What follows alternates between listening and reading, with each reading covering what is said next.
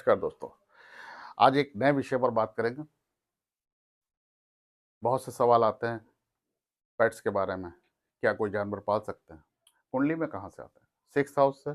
और कालपुरुष की कुंडली में 6th हाउस और 11वें भाव से पशु को देखा जाता है। 11वें भाव से वो पशु देखे जाते हैं जिनसे हमें इनकम हो। छठे से जो हम अपने घर में पालते हैं अपने शौक के लिए, अपनी सुरक्षा के लिए। वो तो आजकल तो हर एक से आजकल तो लोग कुत्ते पालते हैं, उनके भी बच्चे करके उसको भी उससे भी प्रॉफिट करते हैं। तो यहाँ पे हमको देखना है कि क्या हम पाल सकते हैं, कौन सा जानवर पाल सकते हैं। वो तो इसमें आपको देखना क्या है। अगर आप देखेंगे काल पुरुष में छठा भाव जो है वो बुद्ध का है, कन्या राशि है। और उसमें मूल त्रिकोण जो है वो राहु का है। और 11वां भाव जो है वो भी कुंभ राशि, उसमें भी राहु शनि है। तो राहु का कहीं ना कहीं से बहुत इन्वॉल्वमेंट है। जब भी आप कोई भी जानवर पालते हैं तो आपके राहु को जरूर राहत मिलती है। आपकी कुंडली में जो राहु है वो सही होता है। इसीलिए हम लोग कहते हैं कि गाय को रोटी दें। आप नहीं पाल सकते तो हम उसको रोटी दे दें। क्या है, हरा चारा दे दें। है ना, खाने का बुद्ध का चीज़ है, हरा चारा दे देते हैं। तो हम हरा चारा देंगे, हम हमारे फाइनेंस, हमारी हेल्थ सही होगी।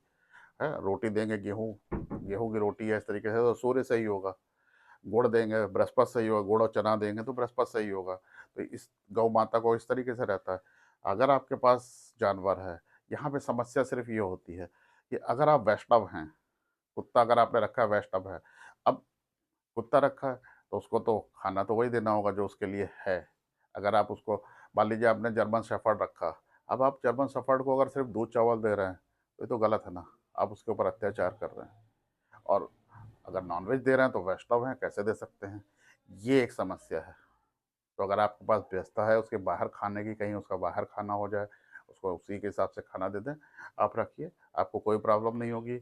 अगर राहु किसी भी तरीके से आपके दारा कारक है या आपके फाइनेंस से जुड़ा है या कुछ भी है और प्रॉब्लम आ रही है आप, तो हमेशा हम लोग को मालूम है कि राहु और केतु को जो है उनको सही करने के लिए हमको कहीं ना कहीं से एक दूसरे को एक्टिवेट करना होता है। तो अगर जो का जर्मन शेफर्ड है, जो है डॉग्स हैं, वो केतु से होते हैं। जर्मन शेफर्ड तो हार्ड कोर केतु का माना जाता है। तो अगर आपका राहु प्रॉब्लम दे रहा है तो आप एक डॉग पालिए। अगर आपका शुक्र प्रॉब्लम दे रहा है आप एक खरगोश पाल सकते हैं, कोई पक्षी पाल सकते हैं, सुंदर पक्षी या सुंदर जानवर देखने में। अगर आपका सूर्य खराब है तो कोई भी पक्षी आप उसको पाल सकते हैं। पंच पक्षी मेरा एक वीडियो भी है, और मैंने फेसबुक पे एक बार लिखा था पंच पक्षी के बारे में कि हम लोग का एक एक पक्षी होता है। तो उसमें जैसे भगवान श्री कृष्ण के जो हैं वो मोर है, इसीलिए उनके मोर पंख हमेशा लगा होता है। तो जो भी आपका पक्षी है उसका चित्र रख सकते हैं। अगर आपको अपना पक्षी जानना है, कमेंट करिए, अपने बर्थ डिटेल बताइए, आपको आपका पक्षी कौन सा है, ये जवाब लिख के भेज दिया जाएगा। ठीक है। और पंच पंचियों में, और ये बहुत इंपॉर्टेंट है, अगर आप देखेंगे तो इसका बहुत अलग रोल है ना। और लोग कहते हैं कि नहीं पालना है, भगवान नहीं आएंगे। अब हमको एक चीज बताइए, आप लोगों में कितने लोगों ने शिव परिवार की फोटो देखी है? वहां पे तो सबके पास सबके वाहन ही जो है वो उसमें है। और सबसे मजे की बात देखिए कि सारे जो वाहन है वो एक दूसरे के हैं। भगवान शिव के नंदी हैं, माता भगवती के शेर हैं, कहीं गले में भगवान शिव के सर्प हैं, तो मयूर वाहन जो है कार्तिकेय जी का है।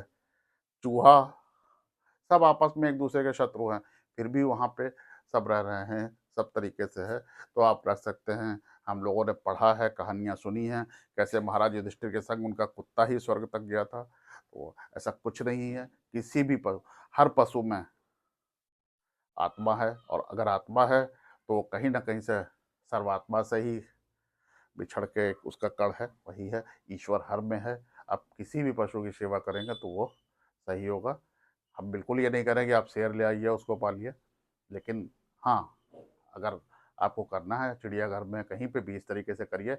देखिए आपके सिंह राशि में कितने भी मैलेफिक हो, सिंह राशि में कितने भी मैलेफिक हो, आप चिड़ियाघर में जो शेर है उसके खाने में या कुछ भी डोनेशन करके देखिए। बहुत सारे आप लोगों ने पूजा पाठ करा लिए होंगे, माड़ी को ये दुनिया भर का खर्चा करा होगा, एक बार ये करके देखिए। देखिए कैसे आपकी वो सिंह राशि एकदम क्लीन होकर आपको पूरा फल मिलने लगेगा उस राशि का। तो ये करिए, जानवर रखिए, कोई समस्या नहीं है। हाँ, बस उनके खाने पे ज़रूर ध्यान दीजिएगा। बहुत से लोग क्या होता है मछली को आटा खिला रहे हैं, मछली का खाना आटा नहीं है, है ना? उसका जो नेचुरल खाना वो दीजिए उसको। ये तो आप ऐसे समझिए, हम लोग नॉन-वेज नहीं खाते हैं। अगर आप नॉन-वेज नहीं खाते और कोई आपको नॉन-वेज खिलाए क्या लगेगा आपको? तो बस वैसे ही है, वो तो बोल नहीं सकते हैं, उनको अगर भूखेंगे तो कुछ भी खा लेंगे। तो कोशिश यही करिए जो जिसका नेचुरल खाना है वो उसको खाना मिले और वो रखिए, ठीक है? और बस मेरे यहाँ खुद एक एक्वेरियम है, उसमें एक मछली है, अद्भुत मछली है। कई बार हम लोग बाहर गए, कई-कई दिन तक का वो रहती है, जीवित रहती है। पता नहीं ईश्वर की कृपा है उस पे और हम पे भी कि वो हमारे संग रहती है। तो रख सकते हैं आप लोग। अगर आप बताएँगे तो हम बताएँगे कि जल को कहाँ पे रखना है। अगर आपकी कुंडली में चंद्रमा और शुक्र खराब है तो जल को कहाँ पे रखना है, इस पे भी हम एक वीडियो बना देंगे। और कैसे किस पात्र में रखना है, मिट्टी के घड़े में रखना है, कॉपर के में रखना है, एक्वेरियम शीशे के में रखना है, क्या है पूरा बता देंगे। तो इस पे भी एक वीडियो बना देंगे। तो करिए, आपको अगर अपने पेट्स रखने हैं, पालने हैं तो करिए। और अगर 11th हाउस में पापी नहीं हो, पापी ग्रह ना हो या 11th हाउस आपका बाधक ना हो। 11th हाउस किन किन राशियों में? चर राशियों में। चर लग्न अगर है तो 11th हाउस बाधक होता है, नहीं तो 11th हाउस का जो पशु है उसको अगर आप अपने घर में उसकी एक मूर्ति भी रखेंगे या फोटो भी रखेंगे, आप देखेंगे आपकी इनकम में निश्चित तौर पर बढ़ोतरी होगी। इसी के साथ आज्ञा चाहेंगे। नमस्कार, चैनल को सब्सक्राइब करिए, वीडियो को शेयर करिए। मिलते हैं अगले वीडियो में।